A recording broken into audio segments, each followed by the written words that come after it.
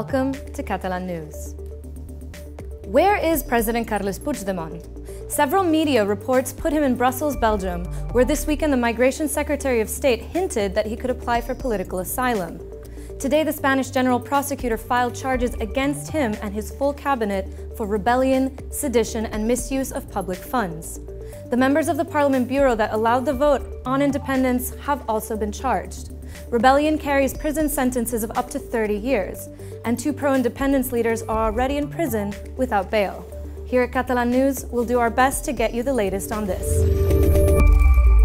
Catalan Parliament declared independence last Friday, and immediately afterward, the Spanish government took control of self-government. Many doubts arose over how Catalan leaders would react to the intervention. For example, if they would turn up for work or not.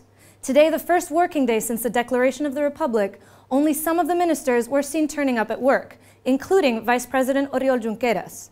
In fact, they only stayed in their offices for less than an hour, as they are officially sacked. Meanwhile, Carles Puigdemont, the president, was rumored to be in Brussels.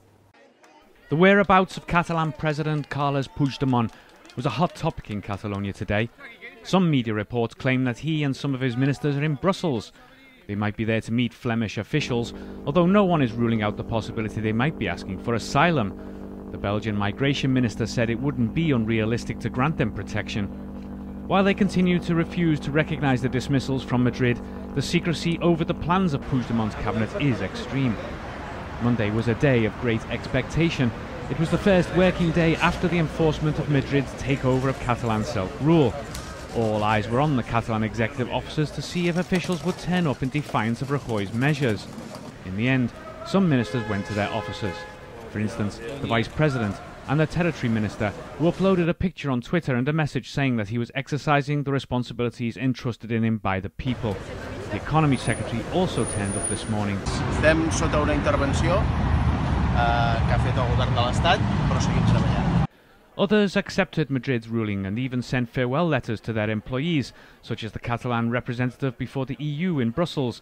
Madrid has removed around 150 officials overall and has instructed the Catalan police to accompany dismissed Catalan ministers to collect belongings and report if they refuse to leave their posts. It has also dissolved the parliament so as to call a snap election. The president of the chamber has accepted the new situation and has called off a meeting of the bureau set for tomorrow. Meanwhile, the pro-Spanish unity parties are asking Puigdemont's executive to admit that they have lost their posts. Tots hauríem d'intentar acceptar la realitat. Hi ha gent que li costa una mica més, però, desgraciadament, els consellers han estat cessats, com ho ha estat el vicepresident i el president. Last Saturday, Puigdemont made an official statement even though he had already been removed from office. Some media reports suggest he might make another speech tomorrow. While some of the dismissed ministers decided not to turn up to work today in Barcelona, in Girona, Puigdemont's local town, a group of people tried to protect the government building.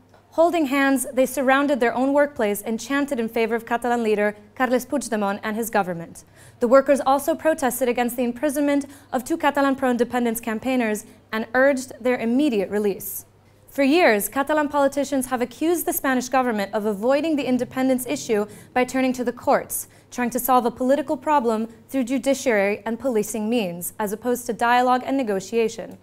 About 15 days ago, a judge sent to prison without bail two pro-independence leaders for their role in a demonstration, and many suggest that Puigdemont and his ministers could face the same fate, especially since the name of the lawsuit filed today was, by mistake, the harder the fall.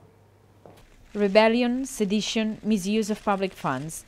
These are some of the main charges officially lodged towards Catalan President Carles Puigdemont, President of Parliament Carme Forcadell, and 18 members of the Catalan Government and Parliament Bureau. Announced by the Spanish Attorney General, José Maza, the crime of rebellion carries a possible prison sentence of up to 30 years. Each of the accused is required to pay bail of 6 million awaiting trial. 6 of those are members of the Catalan Parliament Bureau for their role in allowing the vote on declaration of independence to take place. They are to be tried in the Supreme Court. The 13 ministers from the Catalan government and the Catalan president, however, will see their case argued in the Spanish National Court. This is because the Spanish government no longer considers them active members of government. Ivan Santi-Vila, former Minister of Business, is among the accused, despite stepping down on the eve of the Declaration of Independence, because the Spanish prosecutor considers the crimes go back years. A lo largo de estos 2 últimos años han producido una crisis institucional que culminó con la declaración unilateral de independencia realizada con total desprecio a nuestra Constitución el pasado 27 de octubre. Spanish criminal law applies rebellion to those that violently interfere with the Constitution. Maza says actual violence is not necessary to fit the bill, something that the person himself who wrote the rebellion crime has dismissed as false. This is not a rebellion crime, in my opinion. To declare a person guilty crime of rebellion should be necessary to demonstrate the existence of violence. Rebellion was included in the criminal code in 1995 at a time when the Basque terrorist organization ETA was still active and advocating for independence through violence. The final wording of the article was precisely chosen to criminalize the means and not the political goal. The Spanish government decided to call a snap election in Catalonia for December 21st, shortly after Catalan parliament declared independence. And the big question immediately was, how would Catalan parties supporting the Republic respond to this electoral contest? Would they try to boycott it? Would they take part in it, even if it is called from Madrid, a capital that they no longer recognize? Over the weekend, Vice President Oriol Junqueras already hinted that some of the strategies they would employ from now on might surprise citizens. But he insisted that the government is committed to building an independent Catalan republic. How to react to Mariano Rajoy's calling of elections for December 21st. This is the main dilemma now facing pro-independence parties. While some voices claim they shouldn't take part because a new republic outside of Spanish rule has already been declared, most prefer to be involved. The Catalan President's Party, PDeCAT, and the other main member of the Catalan government, Esquerra, say they will find a way to take part in the vote, but it is still not clear how.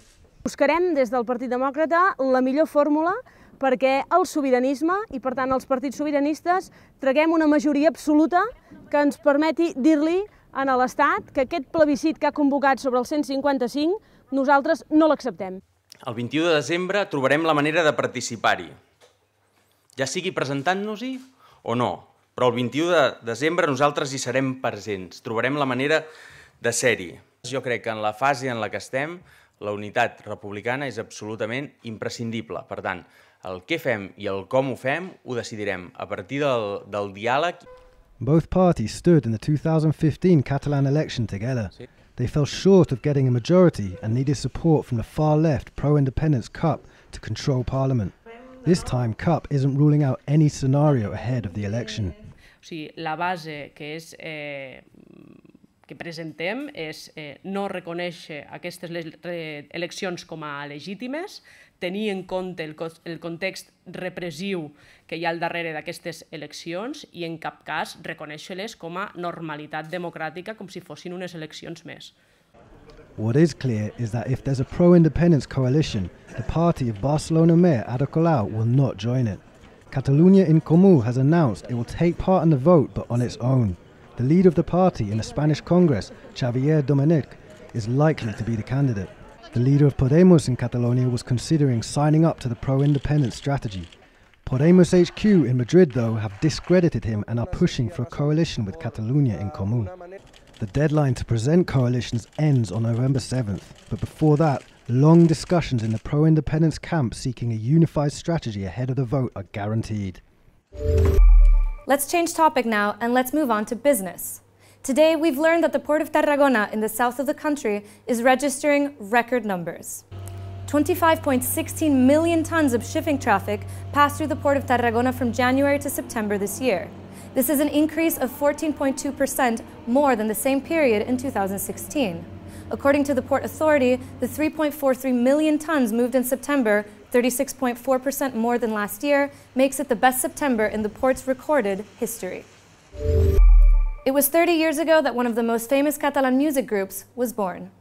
It was supposed to be a friendly party for a group of colleagues, but more than 200 people turned up, and the party became the first concert of the Sau group. The leading singer, Carles Sabater, died suddenly after a concert in the 90s, and fans were left devastated. Now his partner in the group, Pep Sala, is launching an unreleased record with some songs from a tour back in 1995. He said the work will fascinate fans, as it has been worked on as a historical document and not a commercial record. To launch it, Sala will organize a concert in the same secret spot where the band played for the first time back in 1987.